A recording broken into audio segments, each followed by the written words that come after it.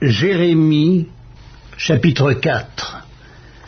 Si tu reviens à moi, dit l'Éternel, si tu ôtes tes abominations de devant moi, tu ne seras plus errant. Si tu jures, l'Éternel est vivant, avec vérité, avec droiture et avec justice, alors les nations seront bénies en lui, et se glorifieront en lui. Car ainsi parle l'Éternel aux hommes de Juda et de Jérusalem. Défrichez-vous un champ nouveau, et ne semez pas parmi les épines.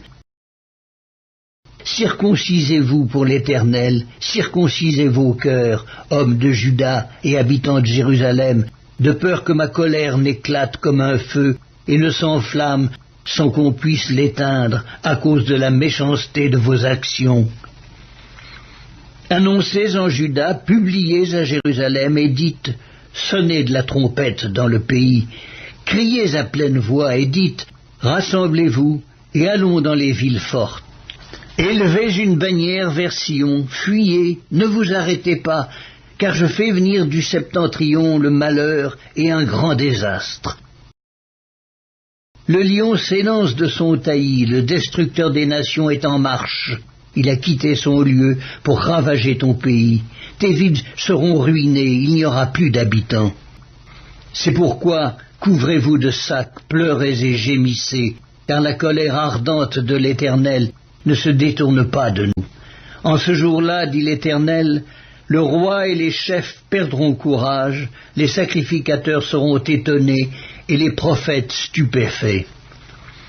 Je dis, ah Seigneur éternel, tu as donc trompé ce peuple et Jérusalem en disant « Vous aurez la paix » et cependant l'épée menace leur vie.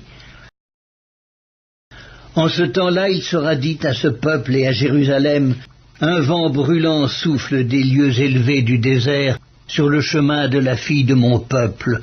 Non pour vanner ni pour nettoyer le grain, c'est un vent impétueux qui vient de là jusqu'à moi. Maintenant, je prononcerai leur sentence.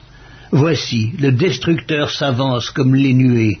Ses chars sont comme un tourbillon, ses chevaux sont plus légers que les aigles. Malheur à nous, car nous sommes détruits. Purifie ton cœur du mal, Jérusalem, afin que tu sois sauvé. Jusque à quand garderas-tu dans ton cœur tes pensées iniques? Car une voix qui part dedans annonce la calamité, et la publie depuis la montagne d'Éphraïm. Dites-le aux nations, faites-le connaître à Jérusalem. Des assiégeants viennent d'une terre lointaine. Ils poussent des cris contre les villes de Juda. Comme ceux qui gardent un champ, ils entourent Jérusalem, car elle s'est révoltée contre moi, dit l'Éternel. C'est là le produit de tes voix et de tes actions. C'est là le produit de ta méchanceté. Certes, cela est amer, cela pénètre jusqu'à ton cœur. Jérémie, chapitre 4.